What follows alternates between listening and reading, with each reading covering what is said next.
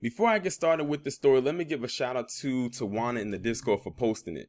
When I first saw this story and I read just a piece of the headline, I said dumbass. That was legit my first word that came out of my mouth when I saw this.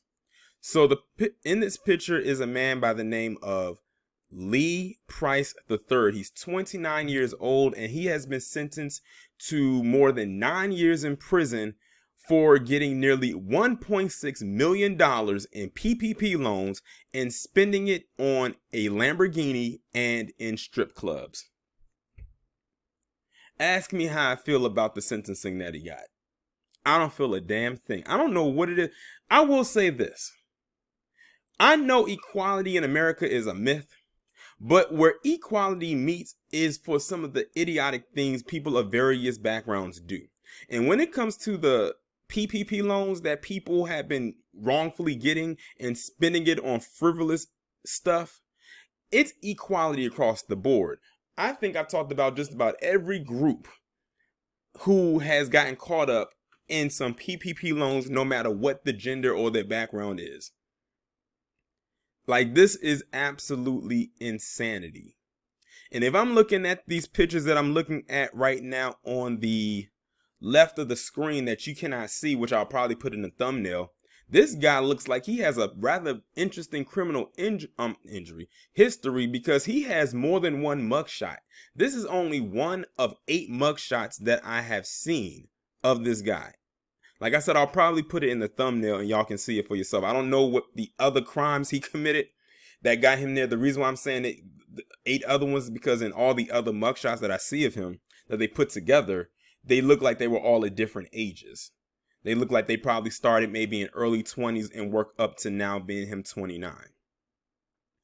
But let me go ahead and get into this.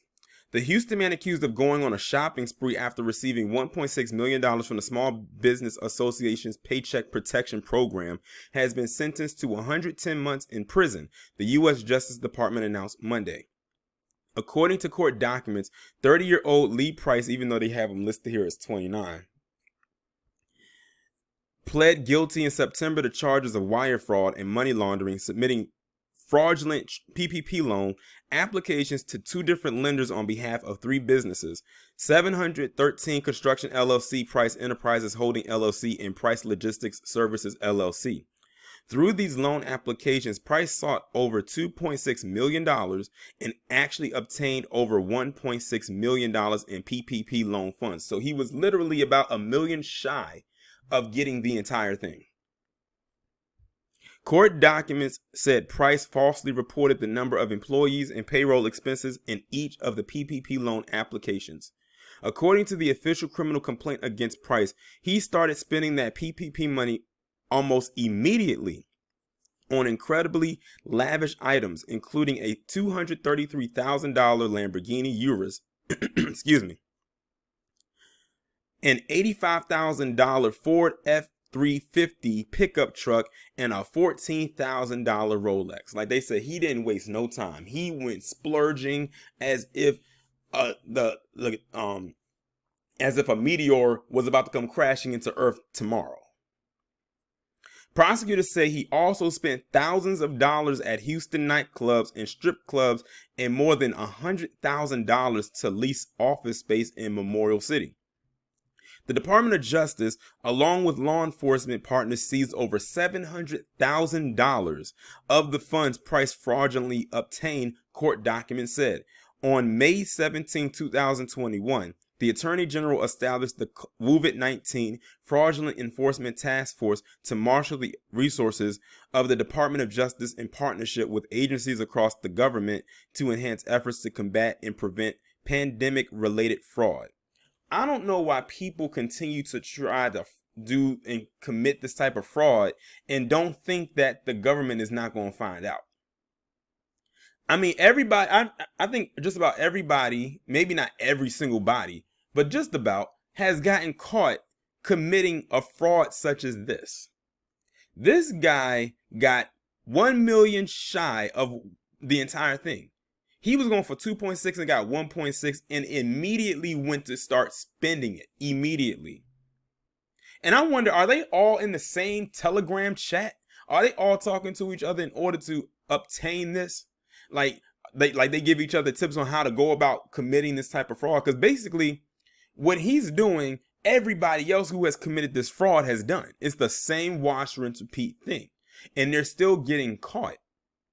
Meanwhile, you have people who have actual small businesses who could not even get a fraction of that. These people file under fraudulent, non-existing LLCs and companies and get money. Meanwhile, people who have actual LLCs and businesses can't even get half of that. So I don't know what's going on, or the government is being slack.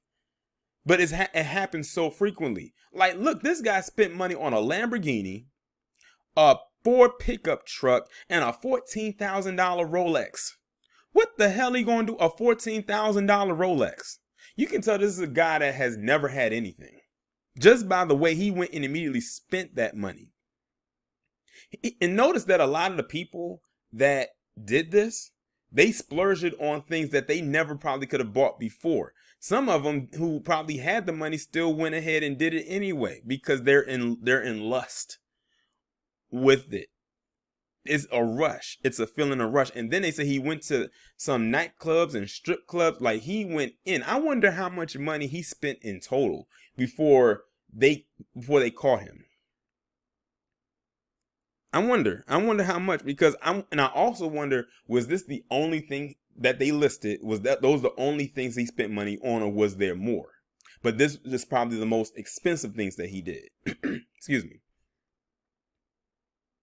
So they said that they seized over $100,000 of the funds that he fraudulently obtained. So that I don't think they even got all of the money that he did, or unless he spent the rest of it. In which, if they did, if they got the rest of the money that he didn't touch, that means this man was going all the way in, or he was prepared to. Well, I take that back. He really was. He got almost $2 million, and they only got $700,000 out of him by the time he got caught.